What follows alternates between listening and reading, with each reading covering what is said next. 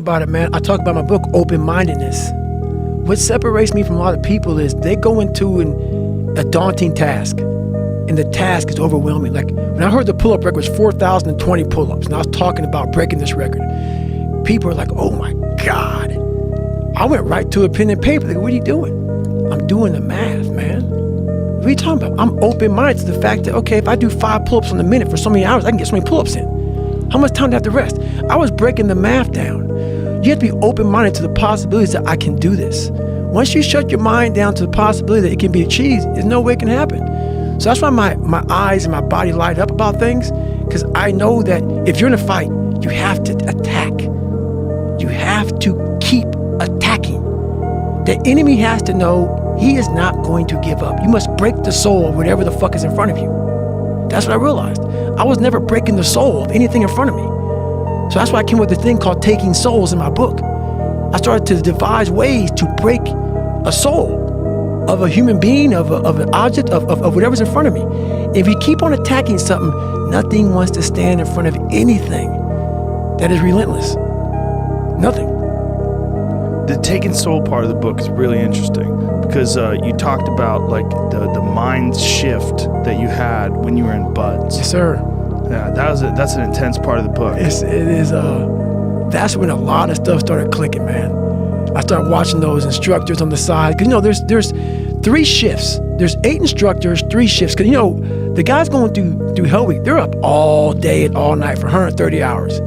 This is the promised land of mental hardening for me. I love this place.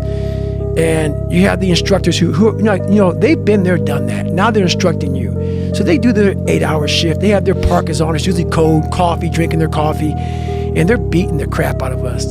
And when I started realizing, I started playing mind games. And I was like, you know what? I bet these fuckers are looking at us, judging themselves about when they were going through Hell Week. About, let me see, I'm looking at Goggins right now. I was better than him. I was better than that guy. I was better than that fucker over there. And I was like, okay, you're gonna judge me, right? All right.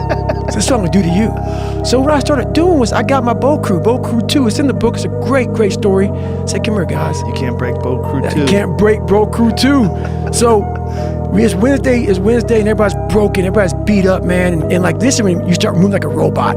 Everybody's like just kind of just trying to get through Hell Week now, and your energy's zapped. And they know Wednesday's like that over the hump. I love that you talked about that in the book too, that they put it in your head that Wednesday you're going to be tired. Oh yeah, and that's another thing. They tell you how you're supposed to feel. So you are feeling that way. I was like, don't let these motherfuckers tell you how you're supposed to feel. No, it's day 1, motherfucker. This is hour 1. So I was getting my Boat Crew all jacked up. I said, we're gonna take these motherfuckers' souls.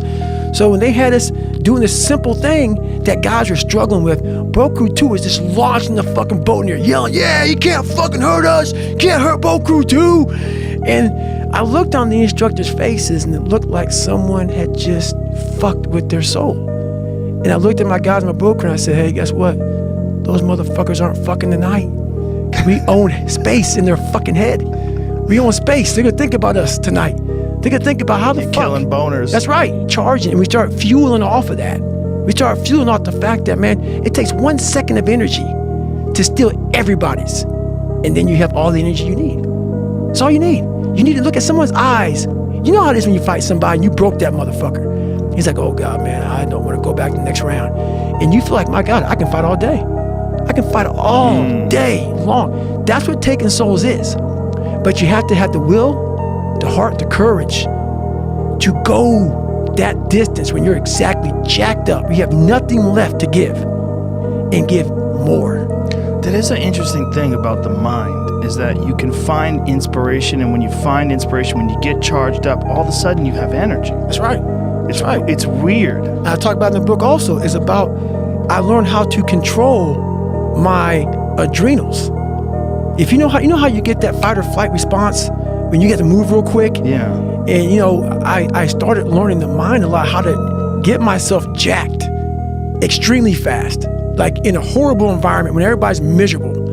I learned how to really find strength in the misery. When everybody's suffering, everybody's all poopy pants and their mentality's down and everything, I started just like, my God, this is where I shine. And I started using all that misery for tons and tons of drive and motivation to then lead people further. Because you can get a lot of power through misery. And once people see that, my God, Goggins is fucking going, then everybody says, roger that. Let me get my shit and go too.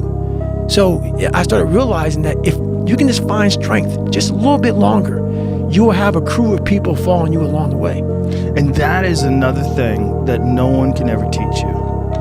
You're going to have to learn that on your own. You're going to have to figure out how to pull that energy out of your mind on your own. There's no book you can read that all of a sudden I have it. I've got the technique now. I know how to do it. Yeah. No, it's a grind that you have to start and finish on your own. You have to take great pleasure in the fact that no one wants to be where the fuck you're at right now. Great pleasure in that. Almost makes, it has to bring a passion out of you. It has to bring something very, very weird out of you, man. Like, people don't really understand what that is. When you're in the worst environment possible, the worst situation possible, and everybody's looking like, God, man, I hope this ends. And you see that. Time slows down and you see that. You're feeling that. Everybody has that look on their face like, God, this got to go. I don't want to be here anymore.